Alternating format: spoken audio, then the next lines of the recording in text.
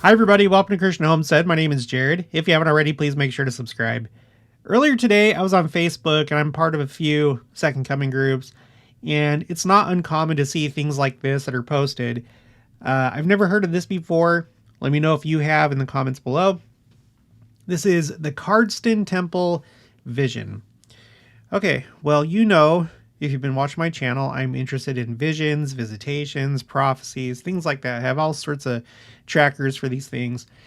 And whenever I come across one, I always want to make sure that it comes from a credible source, especially if it makes big claims like World War III or zombie apocalypse. And a lot of these things usually do promise those things. So I looked as hard as I could. We're going to be reading this from ogdenkraut.com, a Joseph Smith Mormon. I don't know much about this website, but let me just show you a few other places that I checked. There's toadland.net, LDS Freedom Forum.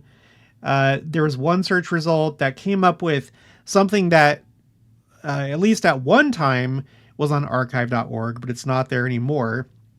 And then, of course, site not secure.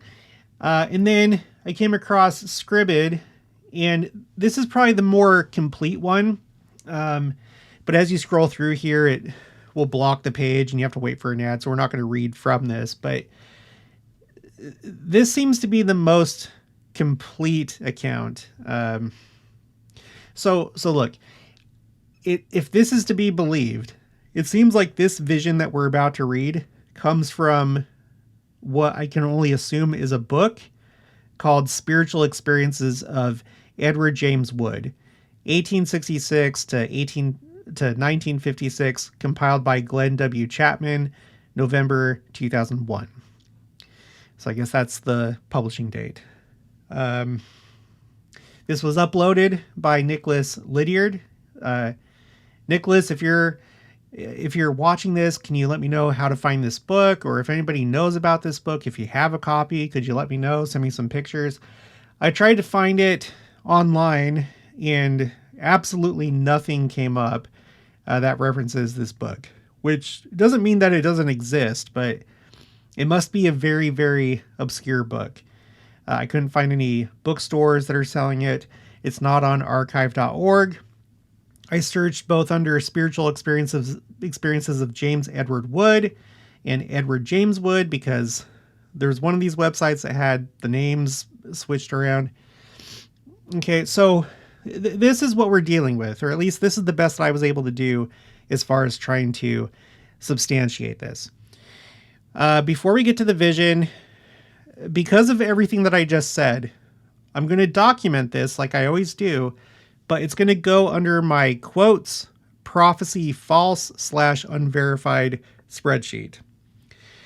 I already have a number of these supposed prophecies.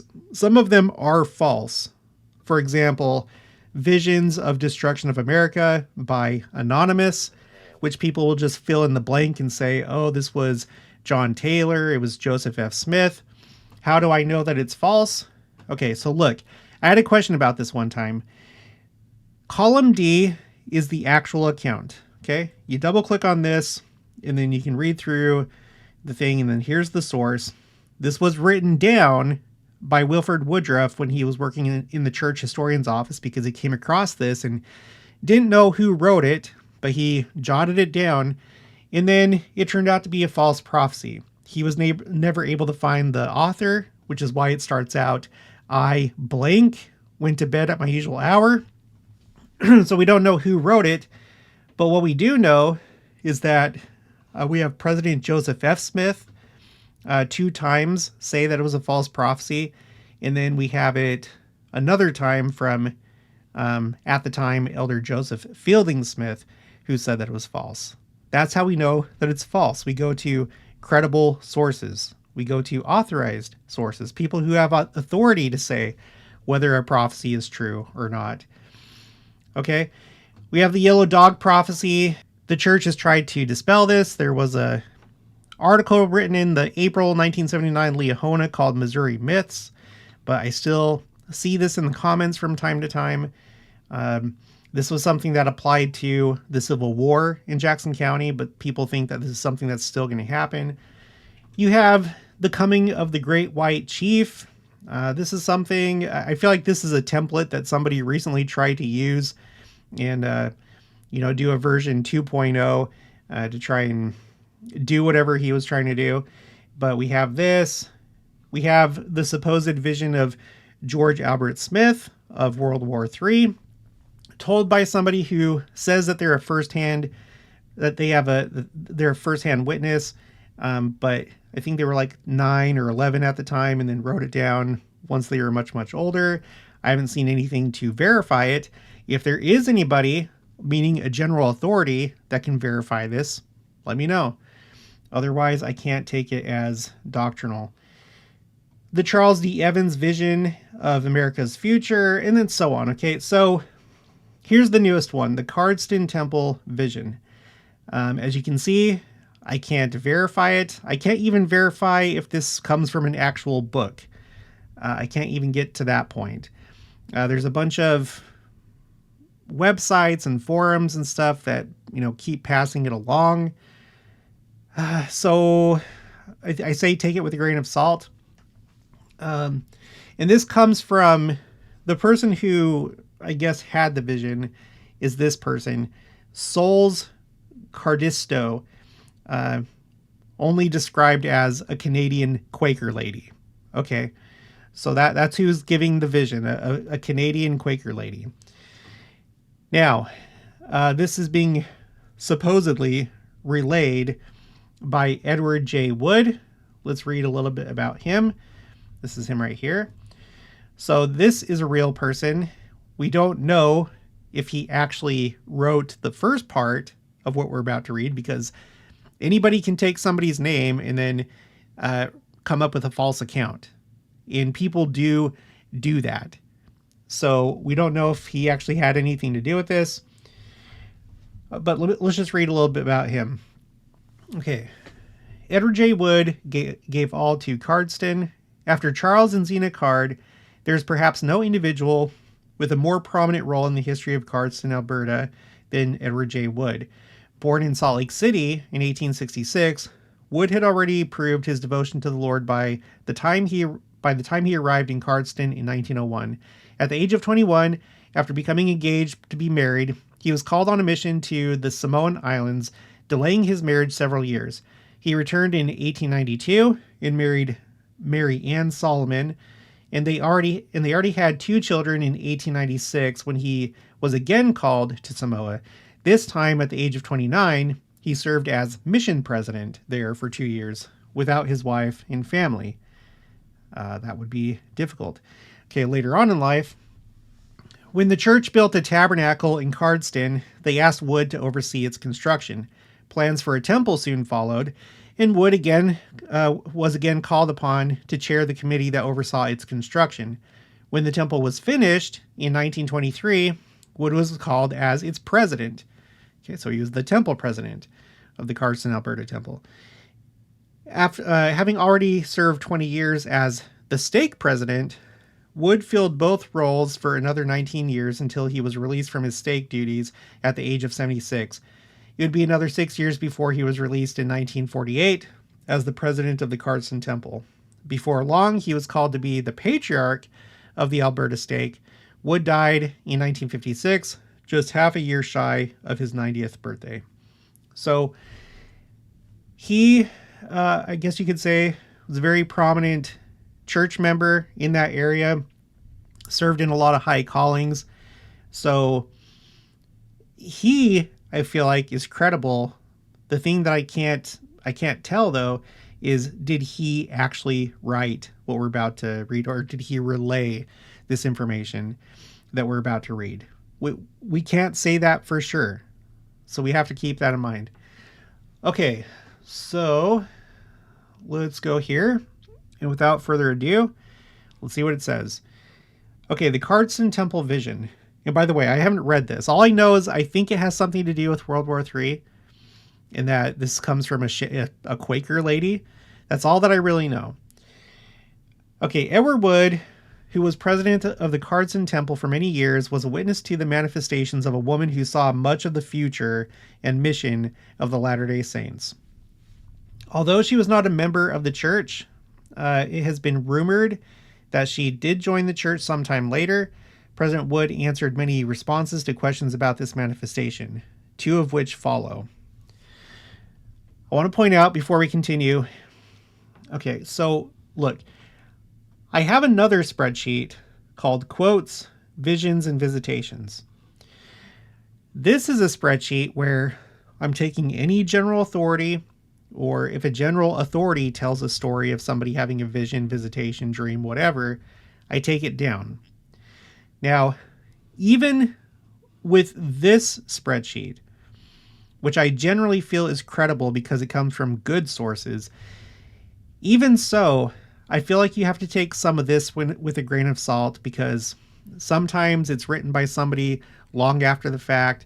They may be a credible source, but people can misremember, they can embellish, and so we have to keep that in mind. But I feel like you go into another, you cross a line, you cross this line right here and go to this spreadsheet when you start making really big claims that would and should only come through the president of the church.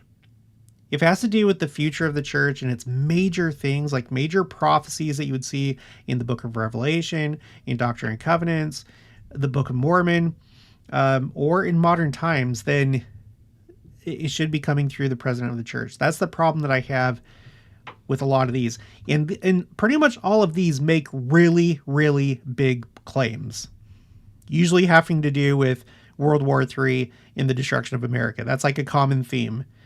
And they're usually very gruesome. And they don't jive with each other. They may in some aspects, but it feels like it's just coming from somebody's imagination. That's my opinion. But okay, so here's a letter. This is from Edward Wood to B. Lundwell, Esquire, Cardston, Alberta. Here's the date and everything. Dear brother, I'm pleased to hear, and by the way, I don't even know who this is. I haven't been able to verify this person or the person from this other letter, Robert W. Smith, Esquire. But this is a letter from Wood to these two people. Dear brother, I am pleased to hear from you in your letter of July 21st, and note the contents and also the enclosure, and in reply I can easily tell you about the letter. The lady who wrote the letter came twice, as she states, to the temple, and certainly seemed quite sincere in all questions she asked, and gave very marked respect and attention to the explanations of the subjects for which the temple was built, and went from room to room. Of course, the interior was then unfinished, and she was evidently deeply interested in what she heard and saw, and asked many questions both about the temple proper and also about the principles leading up to our views on temple building. And she asked a great many questions about our views of the life after death. It was much taken up with our belief in divine authority, in our missionary activities throughout the world. And before she got through her second visit, she had a very fair understanding of the vitality of Mormonism, quote unquote, from many angles. She had some friends or a relative of some members of the church in Lethbridge by the name of Brown, and she lived somewhere east of here. After she had been away for some time, she wrote this article, as you have it, to Mr. Brown, one of these friends or relatives in Lethbridge. And she sent a copy to me, and of course, we were surprised and pleased with her quote-unquote impressions and her apparent understanding of many of our views. That is about the history of this article. Sincerely, your brother, Edward J. Wood. So obviously, I haven't found the article. I'm assuming that it was published in a magazine, a newspaper, something. That's why it's being called an article. I'm not sure. P.S. As I remember, her second visit was in March 1922. The article was sent to me sometime after that month. Okay. And then here's a second letter. You can pause and read this. I don't think that I need to cover this per se. Let's just get right into the supposed vision. And it starts right here. Okay. We have been to the temple erected by your church, wherein are to be performed the sacred rites in accordance with your faith.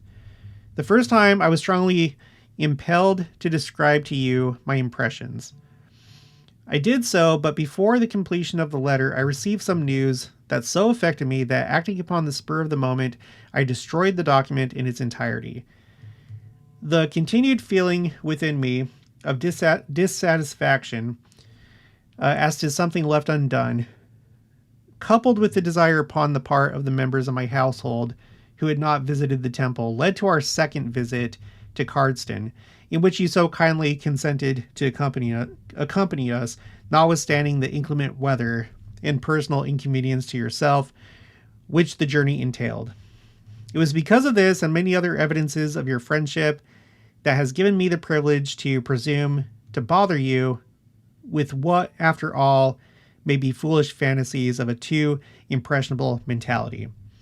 To me, it does seem so, for never before in my life have such powerful impressions been infringed upon my inner consciousness as during my visit through the temple.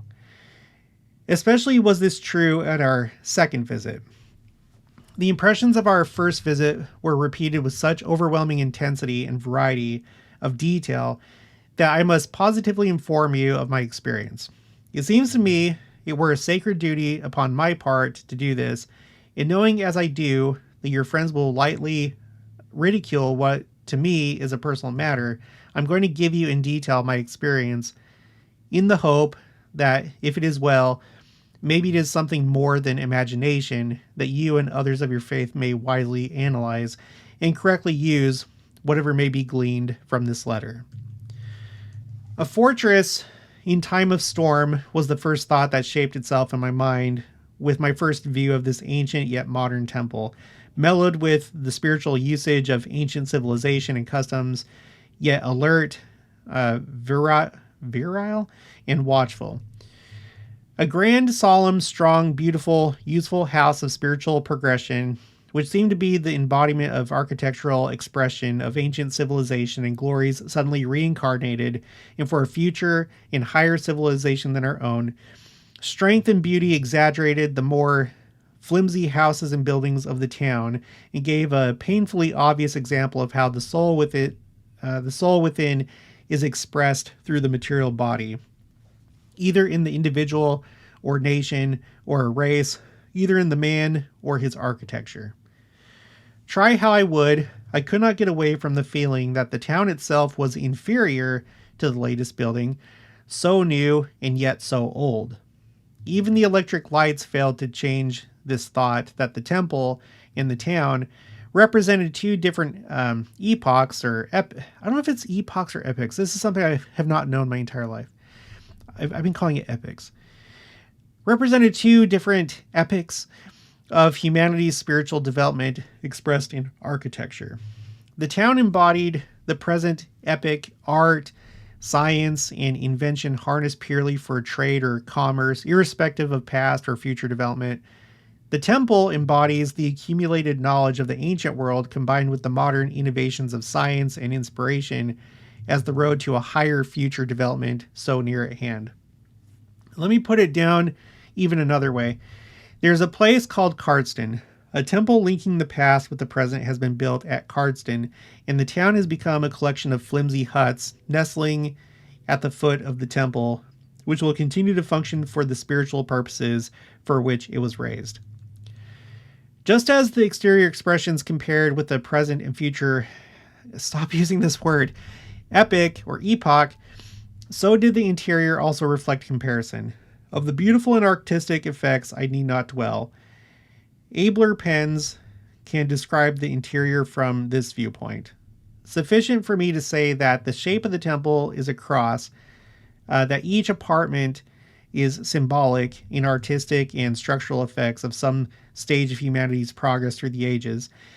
In fact, everything physical is a stepping stone to spiritual progress, as such is typified in these ceremonies. All this was kindly and intelligently explained to us by Mr. Duco on one occasion, and by Mr. Wood on the second visit, but I'm afraid I was very indifferent and inattentive upon both occasions, for which I tender them my sincere apologies. I had no intentions of being rude or discourteous. But from the moment of entering the temple until leaving, I was placed in the position of having, as it were, to listen to and grasp a dual narrative at the time, all the time, with the result that so engrossed was I at times that I am afraid I was so absent-minded as to appear inattentive, if not positively stupid. I've stated that my impression of the exterior of the building was that of a place of waiting for a higher civilization than our present one. This would suggest a condition of emptiness, but that is not what I mean. An ordinary newly erected building has no atmosphere at all until it has been inhabited some time, after which it has, as it were, a living atmosphere. What kind of an atmosphere this is largely determined by the spiritual development and thought of the persons using and inhabiting the building. This applies especially to places of worship or consecration, and is very noticeable to a sensitive person. Sometimes such an atmosphere is agreeable, exalting, etc. Sun crimes very much the reverse, depending upon the spiritual harmony or otherwise of the persons under the atmospheric rule, but was not so far as it was concerned while outside the temple. I could not understand the overwhelming scene of ancient atmosphere which the building actually possessed in its very granite rock blocks, in spite of the fact that I know a few months previous these stones had been laid, yet the feeling of age predominated. I dismissed the feeling as well as I could by thinking that the place of the structure was responsible for the suggestion of age. But when I entered the temple, how quickly I found there was nothing to suggest to me that present atmosphere of which I have spoken, but was it empty? Emphatically, no. Time and again, as I listened to the speaker explaining some phase of the building or its meaning, I would be seeing beyond him some illusion of kaleidoscopic nature depicting what he was describing, only more completely and vividly. The characters were so plain to me that I required all my self-control to keep silent from room to room. This continued and only ceased when we were out in the frost and snow once more. Okay, so let's pause here. So I take from this that she was taking it in, the architecture and what was being said, but it's almost like it was amplified. She says, I would be seeing beyond him some illusion of kaleidoscopic nature depicting what he was describing, only more completely and vividly. So maybe a little bit beyond even what he was explaining about the temple. Okay. There was no set plan for presenting these pictures to me. It seemed as if when I thought something mental, a picture instantly presented itself in explanation of some word of the conductor, which would have the same effect. I was not afraid, only awed by the wonder of it all, and the fearful, impressive feeling that I received, which seemed to embed every little detailed scene into my brain, from which it will ever remember and record, and vivid as it all was, these incidents herein related are the ones upon which I received instructions. Okay, instructions. The scenes I observed of in historical characters seemed chiefly to verify and amplify the speaker's outline of past history. And so I do not feel impressed to record such, except to state that the same patriarchal characters whom I observed directing and influencing the early movements of the church were the same down through every age and epoch, And as the scenes advanced to more modern times, I saw these spiritual characters and counselors, persons whose features I had previously observed as being in the material body or on other historical occasions. It seemed as though the temple was filled with the actual spiritual bodies of these previous leaders of your church, each seeming to have the work that person was engaged in whilst in the flesh. In that temple, I saw persons who were leaders of your church during its march across the American desert, now engaged in helping these higher patriarchs under whose orders they seemed to be working. It was these latter spiritual leaders, if I may use that term, who seemed to be instructed to show me the scenes here recorded. It was the latter spiritual leaders. So like Joseph Smith and Brigham Young and all that. Continuing. I can give no time as to the happening except that the impressions I received were of actual present or immediate future. I saw first a brief but comprehensive sketch of the present state of the world, or as you would term it, the Gentile kingdoms. Each country in turn was shown its anarchy, hunger, ambitions, distrusts, and warlike activities, etc. And in my mind was formed from some source the words, as it is today with the Gentiles. I saw international war again break out with its center upon the Pacific Ocean, but sweeping and encircling the whole globe. Okay, hold on. We're gonna have to hold on. Okay, so let me save our place here. I saw international war. I saw international war. Let's go back up here. When did this happen? Let's see. So this letter was written in 1933. As I remember, her second visit was in March 1922. Okay, so this was before World War II. And World War I was 1911 to 1940. Let's see. When was World War I? Wasn't it 1914 to 1918. In World War II, when was World War II? I thought it broke out like in 1936 of 1939. Okay, sorry. I'm sorry. Did you know that? Sorry, I'm bad with my history. Okay. So this was in between the two world wars.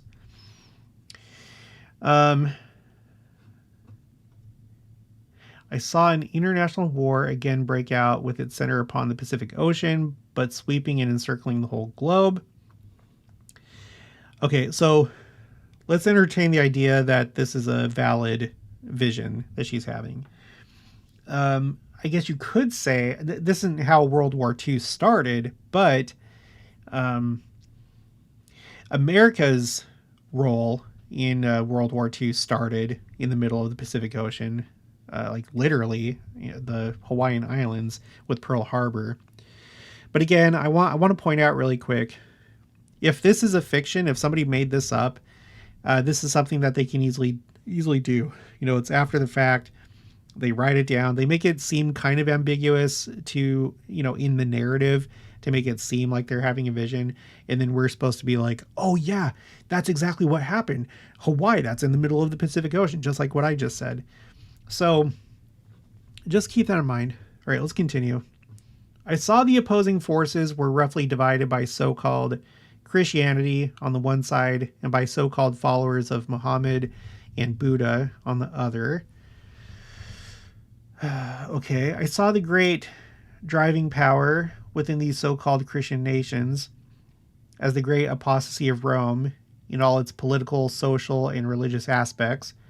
I saw the worldwide dislocation and devastation of production and slaughter of people occur more swiftly and upon a larger scale than ever than ever before. I saw an antagonism begin to express itself from those so-called Christian nations against your people. I saw those with a similar faith to yours in the Far East begin to look toward Palestine for safety. So I guess we're supposed to think at this point like that's the Jews looking to return to Israel. This part up here, many of the so-called followers of Muhammad and Buddha, that would suggest, I guess, North Africa, the Middle East, some Asian countries, which when it comes to like the Middle East, it seemed like there was more of the Middle East involved in World War I with the Ottoman Empire. Not so much in World War II from what I recall. You did have the Germans that were in North Africa, but I don't think much was going on in the Middle East. But, okay. I saw the International World War automatically break down and national revolution occur in every country and complete the work of chaos and desolation. I saw geological disturbances occur, which helped me in this work as if it were intended to do so. I saw the Cardston Temple preserved from all this geographical upheaval. I saw the international boundary line disappear as these two governments broke up and dissolved into chaos. I saw race riding upon the American continent on a vast scale. And this is the thing that somebody had pointed out on Facebook that, you think about 2020. I mean, yeah, that's a good point. If this is like valid, then yeah, sure. Yeah. And that's kind of continuing, like it's lost cohesion, but the elements are still there and the discontent. You could always have, a 2.0 version of what happened in 2020. Okay. I saw hunger and starvation in this world. I saw disease produced by hunger, strife, and chaos complete the end of this present order, or here we go, epoch. Let's find out. Look, we'll ask Google. Epoch pronunciation. Oh, look. Epic. It looks like it's okay. Let's play it. Oh, I can't hear it. It's because I'm recording. But yeah, epic. It's not epoch. Okay, I feel better. I saw disease produced by hunger, strife, and chaos complete the end of this present order or epoch. How long these events were in reaching the consummation, I do not know.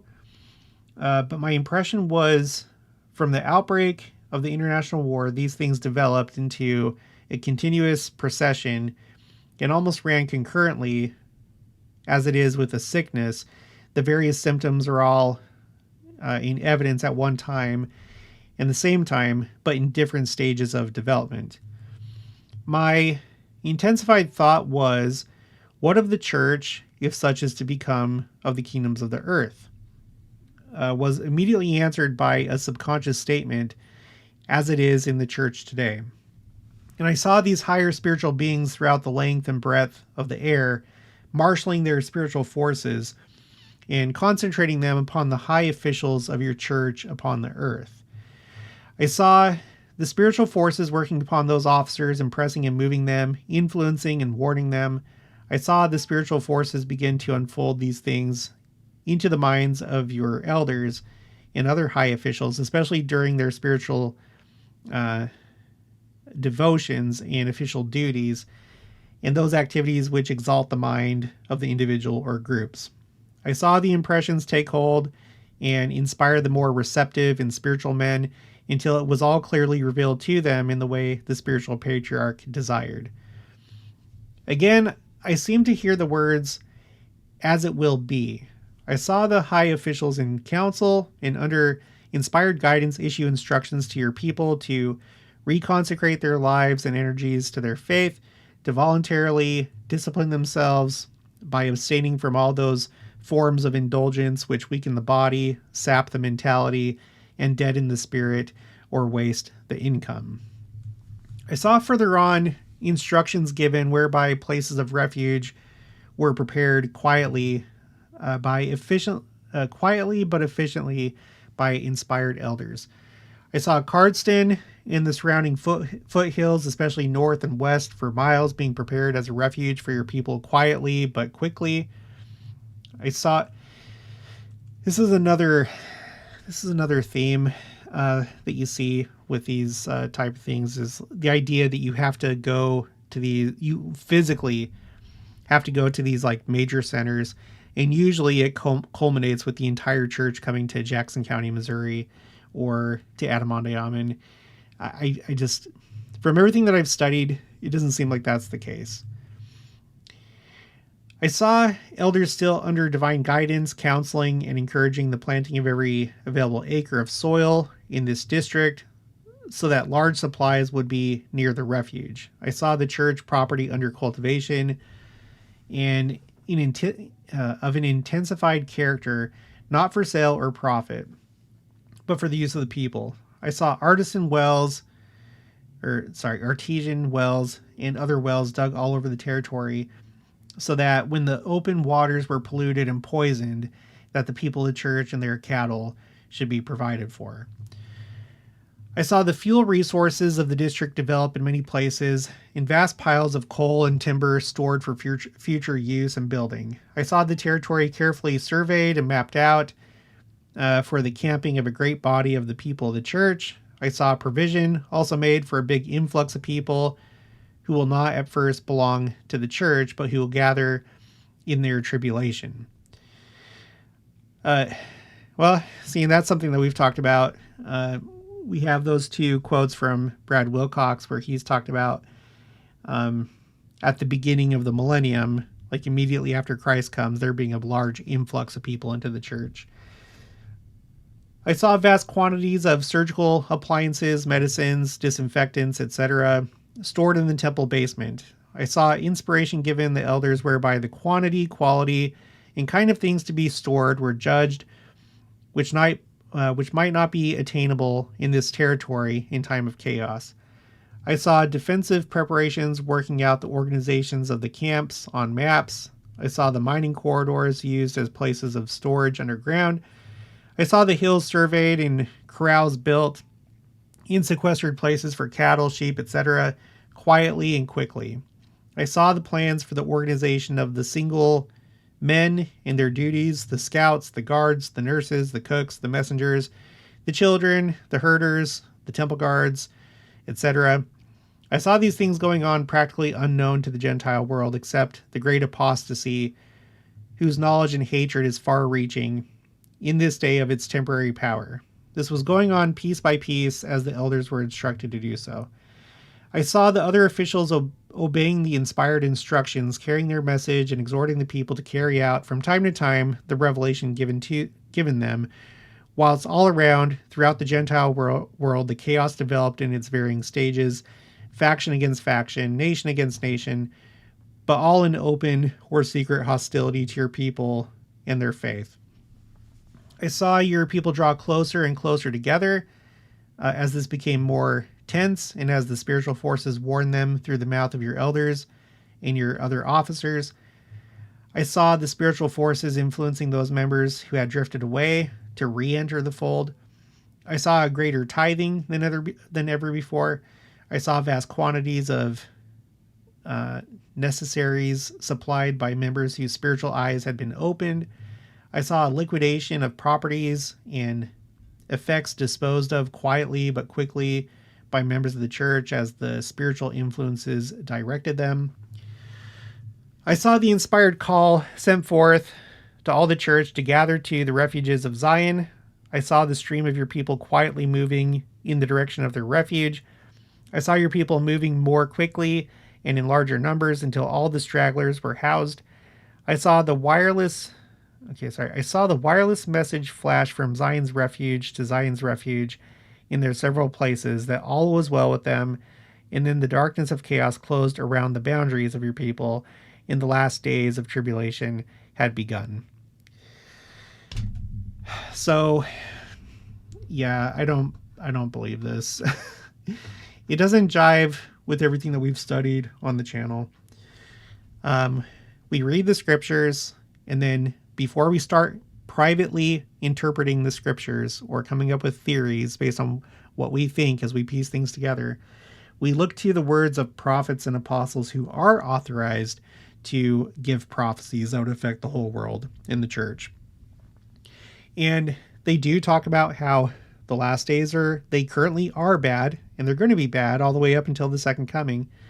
But there isn't any such thing that's been said as to gathering to Cardston, gathering to Jackson County, gathering to Salt Lake City, wherever there's temples. Like, yes, we go to the temple, you gather to your stake, you gather to your temple, but it's not like unless you're like somewhere where the church is not, like in China, then you might physically go where the church is.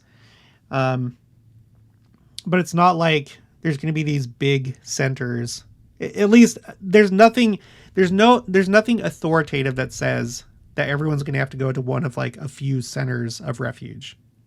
And it feels like that's the picture that's being painted here. Again, I don't know if this is even a real person. Where'd her name go? Souls Cardisto. I don't know who that is, if it's a real person. Edward J. Wood is a real person. Did he, get the copy of what she sent him and then pass it along, and now it's on these internet forums and insecure websites? I don't know.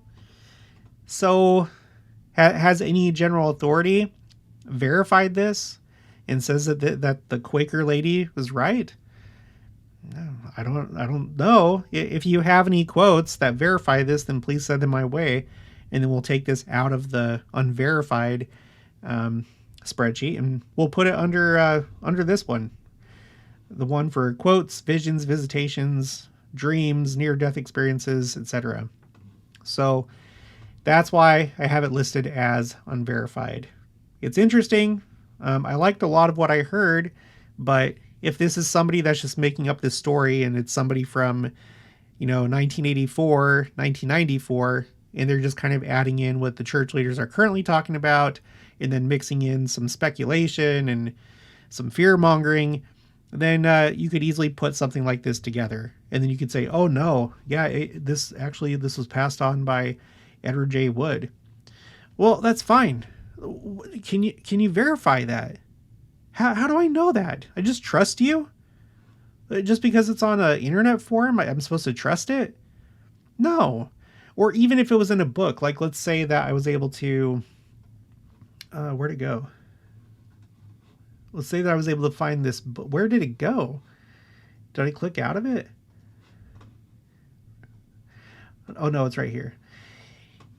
And even if this book was real, Spiritual Experiences of Edward James Wood, compiled by Glenn W. Chapman, November 2001, just because something's on the internet, just because something's published in a book doesn't mean that it's real. You have to track it down to the primary source. So when people put books like this together, it's very helpful. I love that people have done that. It's necessary. But you still have to verify the sources because people can make mistakes. I'm not saying anything against Glenn W. Chapman, but what if this entry in the book was questionable, but he still included it or whatever? You understand? So we need to be critical. I'm not saying that it's outright wrong. It's just you can't verify it. That's all. You can't verify it. So, all right, that's going to be it for this one. If you haven't already, please make sure to subscribe, like this video if you liked it, leave your thoughts and opinions down in the comments below. Also make sure to share it, and I'll talk to you guys later.